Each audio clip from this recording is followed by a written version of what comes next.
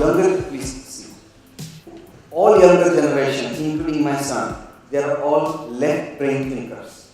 What are they looking for? Joseph, what are you looking for? Proof. How to do it?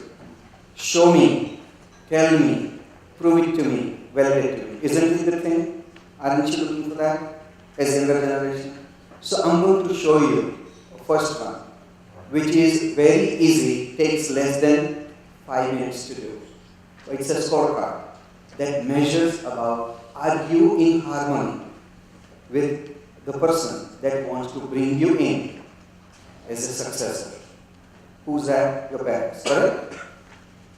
Number 2, you are evaluating them in terms of, are they in harmony with you? Right? So when you talk about that, business harmony scorecard is the way we have transformed over 700 families. 700 families.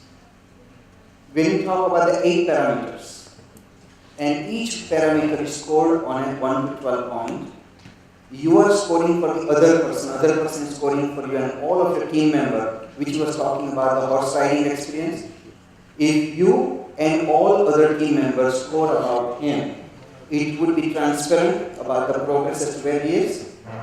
So if he is empathetic, if he has an excellent listening skills, collaborative and team driven, openness of communication, aligned values, accountability, trusting relationship and sharing. Let me spend a few minutes with you. If you in your life, and now here I want seniors participation, so can one of the mic carrying person go at the back? I'm going to follow the names for them to participate.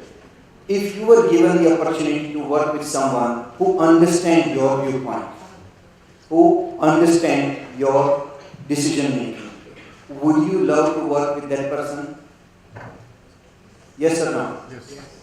So if the score is closer to 7, 8, 9 or 10, 11, 12, that's the kind of person you want. If that's your child or that's your son-in-law or daughter-in-law or even key employees. The second one is, there is a difference between hearing and listening. Can anybody tell me what's the difference? What's the difference between listening and hearing? Listening, you need to understand. Listening, you need to understand the other guy. Listening, you need to understand. Anybody else? Hearing is more mechanical process and listening is more actually accepting and imbibing the... Okay, Maxi, please use the mic, please. Yeah. So hearing is about more mechanical process, where you're actually going through the process of listening, process of hearing it, that's it. Listening actually you imbibe the whole thing, or you accept what you are saying. Beautiful. I'm going to give you the millennial version of what is the difference between listening and hearing. Mom and dad, I'm doing stuff, but I'm listening to you. You're doing multitasking, correct? When you're doing multitasking, are you hearing or listening? I want younger generation. Speak out. Hearing or listening? Okay, so if you change that to listening, how would your mom feel? Happy? Did you see the smile on, what's your name? Eric George, right? The important part is, this is little thing. At the same token, while employees coming to you, and you are saying, oh, keep on going, I'm listening, and you're doing multiple things, do you think he understands that you pay attention to him and his needs? Do you think he will have confidence in your problem solving skills? So would your harmony score be low or high? Okay, now who do you blame, him or you?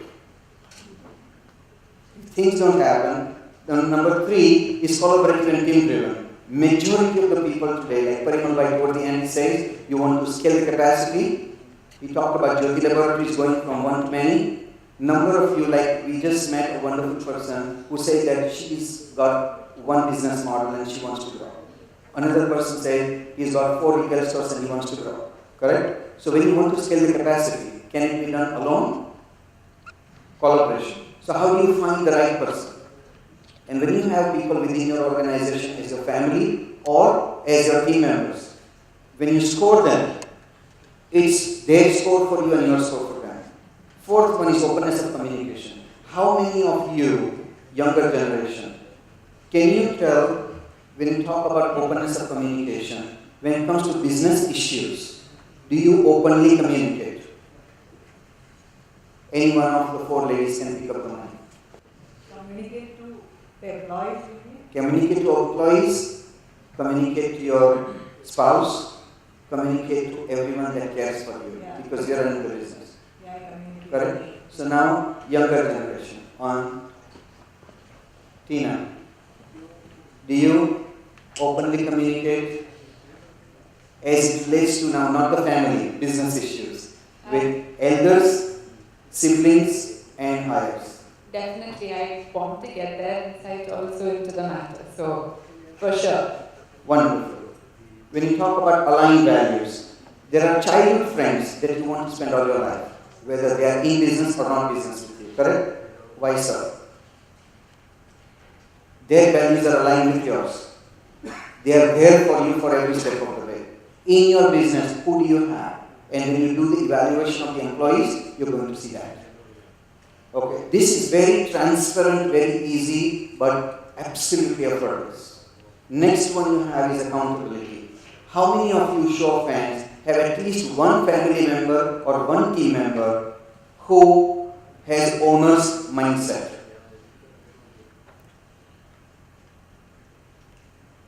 Please take mine. Is it the family member or employee? Family member. Okay. What does that family member do? He's the managing director of the company. Hmm? He's the managing director of the company. He's Is your father? No, so he takes full accountability, correct? What have you done to reciprocate the same to him? What have I done to reciprocate the same? As in, what have I done in the company to match up to? Remember, you are contributed to the top line and bottom line. Correct. So if he has taken full accountability and you give him full score, what have you done to reciprocate? I assist him to do the same thing. I help him. So we are 300 plus employees, so I help him. I help his vision to go through the entire system of it. So have you mentored at least one employee who can have the same level of accountability? Definitely. Wonderful. What's the name? Sheriff. Wonderful. Then trusting relationship. How many of you have at least 2 or more employees who you unconditionally trust? Show of hands. 1, 2, 3, 4, 5. How many of you can run your company without you? Show of hands. 2. Wonderful. When you go through this, you are creating the stepping stone to displace yourself to grow. Every one of you have dreams to grow. Like what Parimal Bhai was saying, that 2002 some magic happened. 2002 to 2017, it has been unbelievable amount of growth that everybody has experienced. Were you prepared? If not, when the next frontier of growth happens, unless you have that, where you have people ready to take on the managerialship and leadership, that's where you can do it. Last one is sharing. How many of you touch your heart and tell me you are 100% sharing personality, not give and take personality? Show of hands. Sharing, not give and take. Only one? Wow. How many of you would love to be sharing? Show of hands. If you are given the opportunity where your score, where sharing becomes part of your growth, sharing becomes part of their growth, and sharing becomes part of organizational profitability. Mantra. How many of you would love to have that? Show of hands. So when you have that, this changes the dynamics. In our book, if all of you who would like to have a copy of book, please, you have the cards that Vijay is going to share around. Write your name, address, and details. This book has real life experiences of 3 families. They had their scores, harmony score, using exactly the same scorecard, where the founder of the business said, according to me, my score is 70. All stakeholders in the family evaluated independently. None of them knew what the owner did the score. His score came out to be 23. Tell me what would happen. Were any of the family members in the business happy? But what was owner's mindset? He was at 70. So he was living in a different understanding than the reality. When we sat down, we created just like this a round table where we had all the family members across the table and we shared the results. In 3 years' time, that 23 became 70. Now, how does everyone feel about the progress that founders of the business has made? Engaged? Growth has doubled. Same family members, but now because founder changed the mindset, founder became adaptable, founder became completely open to change. All of the younger generation are now part of catalyst and leadership. That's why the turnover doubled in 3 years' time. Same people, different businesses. If all of you do this for your own self, if you want me to email the scorecard, make sure you give me an email and WhatsApp so we can go ahead and send you. But this is very, very beautiful and seamless. Next one. So the 3 attributes to the organization is, first is synergy. Remember the trust ratio? Talk about the synergies. So synergy focuses on aligned values, gratefulness, team focus, and fully engaged. These are the people who, would you please write this down what I'm going to say? All your team members need to have 2 personalities. Minders, binders. They are your ambassadors of goodwill to the clients, and they are the ambassadors of goodwill for your bottom line. So if you have people with aligned values, they're grateful to you and they're team focused, would your organization experience growth, manage the growth, increase the revenue without higher number of people? Yes or no? All of you need Starbucks coffee? Okay. Number 2 is systems. Several younger generations that we have mentored, they say, uncle, unless and until we see accountability both ways. They want accountability in us. Can you make sure that they are equally accountable for the outcome that they want? How many of us senior citizens here are willing to go to this level of openness with your younger generation? Show of hands. 2, 3, 4, 5. Okay. How many of you, if given the choice where your son or daughter are motivated by the contribution and are open-minded to learn from you, now you are ready to open your heart? Show of hands. Lot more.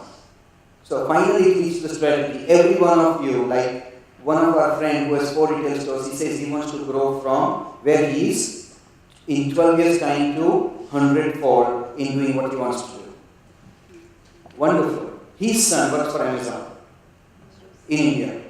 If we were to create synergies, if we were to create a system, and we were to develop a roadmap, do you think it is impossible? It's not, right? But how many of us have that clarity when you combine the forces together? This is now an osmosis, a fission, rather than a difficult thing to do. Husband, wife, and the 3 children. We did the values map. Each one of us, we have a 52 cards, playing cards, just like playing cards. So each one of them will pick out the values that's important to them. So father said, for him, emotional health, integrity, intimacy, physical health, and relationship.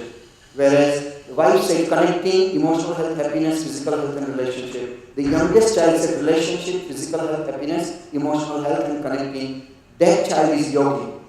You know what is yogi? Free spirit. She is a physician but altruist, not a material minded. The first child is a very successful physician with 19 locations for his rheumatology practice. And the second one is a Pulitzer Prize winning journalist daughter. Very highly accomplished family. This is a family that got 70 in the harmony score, went to 90. So when someone went through, and we went through this exercise and we identified who will take care of caregiving role, who will take care of the fiduciary role, who will take care of the mediator's role, and who will take care of the mentoring role. If this becomes this easy, how many of you would benefit immensely, current and the future generation? Show of hands. If you have this, and this is something which is so powerful, and it's there with all of us in the family, but it's never captured, it's never shared, and it's never put in a mosaic like this. Because once you do, you catch people doing things right in the family rather than assume this is what you expect them to do. So the new advice value step, all of us start with this, managing your business, managing money. Few of us focus on achieving goals.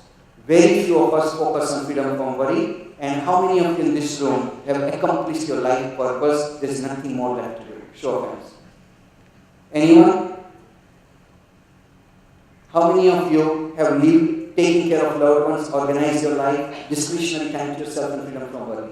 How many of you have reached that? Show of hands. 1, 2, okay. So when we talk about circle of excellence, this is where all of us, as Parimal said, becoming aware, you must do it because you want to do it. Not because you have to do it. When you become aware, your commitment is a whole different level. Number 2, collaboration of the talent.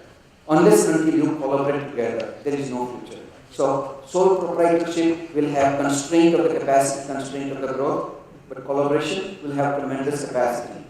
Creating a breakthrough in business model.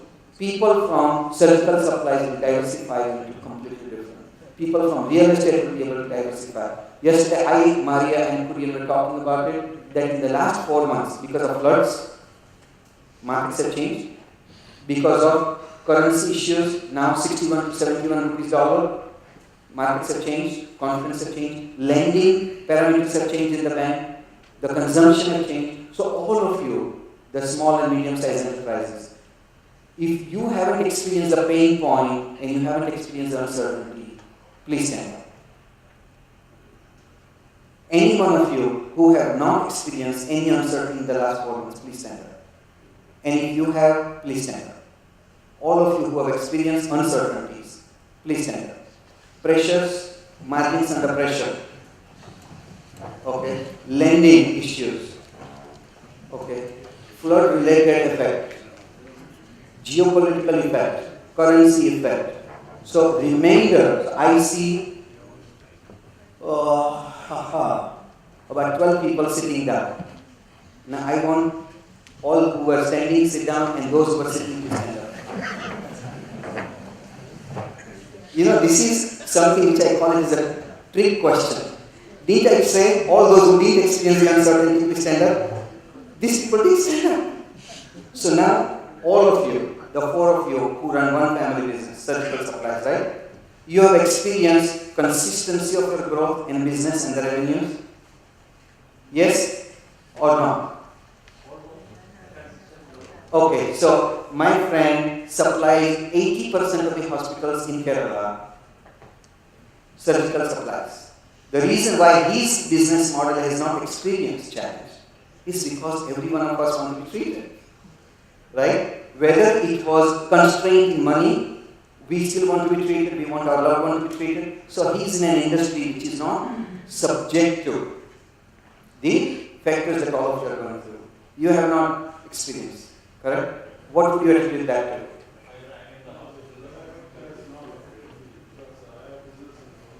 Fantastic. So, outside Kerala state, what about you?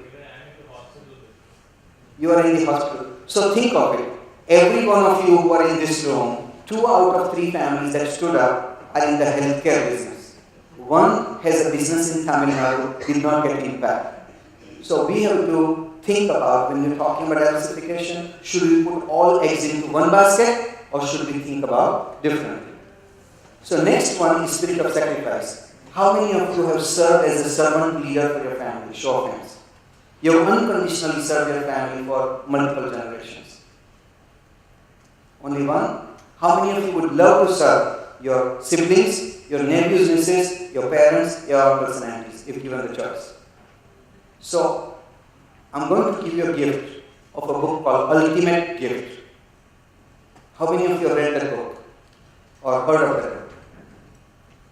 This is a transformational journey for younger generation to become resource to, bridge to, communicator to, and connector to multiple generations. Next one is excellence in crisis management. How many of you are looked up to when there is a crisis in the family business? Show of hands. You are the problem solver. You are a troubleshooter. You are a go-to person in any family business crisis. Sure. Just one, please stand up.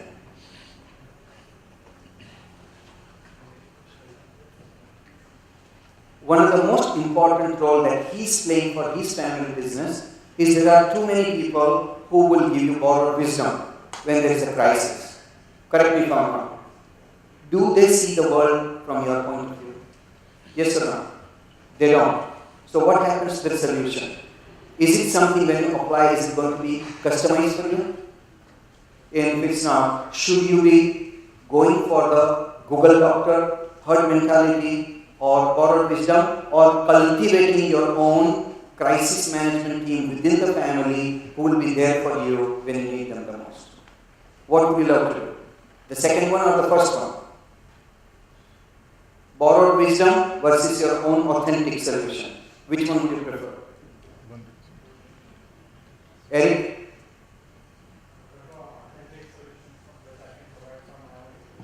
Wonderful. Joseph?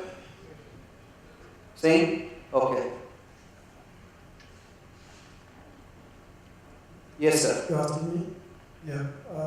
I will update on the situation. Always having come from a law background, even though I work in the advertising industry, having come from a law as a law graduate, always the question comes up to me. Even in the industry, I am working as the legal committee chairman because our outdoor industry has gone through lots of hardships recently. So naturally, most of the questions come to me, and we have to handle it head on. You are so blessed to be with them. They call it as, and write this sentence down what I'm going to share with you. You want to become, when everybody says about you this sentence, when we needed you, you were there. You will be the first person they will call in the middle of the night. When we needed you, you were there. If you can become that, you are the ultimate servant leader and the crisis manager for your own family. Then your employee's family. Then your extended family. So succession plan. Everybody wants to talk about this today, right? Everybody is worried about it. How could we do it? How do we find out the right succession and what they do? What we have found that if we go through the previous metrics, successors evolve through process. Successors contribute through the problem solving. And successors prove to each other not through competition but collaboration. And this is why paradigm shift. Several of you in this room are hardworking, long-standing, several years of business, right? Vinu, in your case, you've been what, 20 years in the business? 20 years, right? Okay. Surgical supplies, you are in 25 years in the business? 27 years in the business. But they are still working as one family unit. Correct? As a rugged individual. So if you talk about one supercomputer, as Parimal Bhai was talking about, two, scalable, transferable, and going to the next frontier, then we need to go through the entire process consistently, flawlessly, with humility. Because without humility, all of you will find. So when it comes down to your advisor and big picture understanding, relationship strengthening, our number one goal. Alignment of purpose, our number two strategy, and purpose-driven document and planning. That's something that we need to do. So you and your legacy will be focusing and reflecting your values, heritage, purposeful expression of hope, faith, and love. So when we talk about the 5 spokes of the wheel, it starts with your heritage, which is your history. What 14 generations of Dr. Chandy or 4 generations of Dr. George, every one of you have a story to tell. Your vision, values, and issues. Second one is your love, caring family, which is your life, meaning of life, purpose of life, reason for life. Third one is succession plan, which is essentially business legacy. You are removing all of the complete ambiguity because of our structure we are going through. The fourth one is service philanthropic community. This volunteerism or public service is not during free time, it's way of life. Several of families sitting here are going to leave significant inheritance for the next 2 generations. If they don't know the value of money, then they will become lifestyle. If they know the value of the money, they will become passionate for the causes that parents, grandparents, and the great-grandparents can integrate them. And the last one is essentially what we talk about is valuables, which is wealth care. all of us are going to inherit this. So how are we going to simplify? The family bank, my friends, you can write this down, is for your health, education, maintenance and support. This is your personal consumption asset. This bucket, whether someone like Maxi or others can help you make a decision, this is all about the personal serious money assets. The second part is the family venture capital bank. The moment you find out that out of 50 crores, 100 crores, you only need 20 crores to do this. Rest 30 crores is surplus asset. How do you do this when you empower the second and the third generation to become responsible, and portion of that money is your values, virtues in sharing with the community, part of your alma mater, doing the stuff for your back hometown that you want to help, and doing the stuff. This can become a wonderful synergy. So for sustaining the family enterprise, in family strategies, number one, we must develop next generation as effective managers, shareholders and family members. So now I am open to questions. So again, routine like first in the morning, all of you look for the card, write down the questions, or while you are ready to ask the questions, I am happy to answer.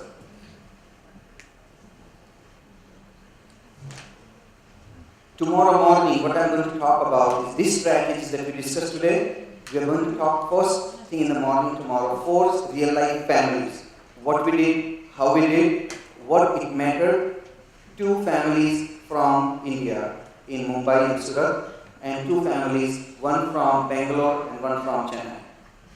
So 4 real life families. None of these are US families. And that's the best practices.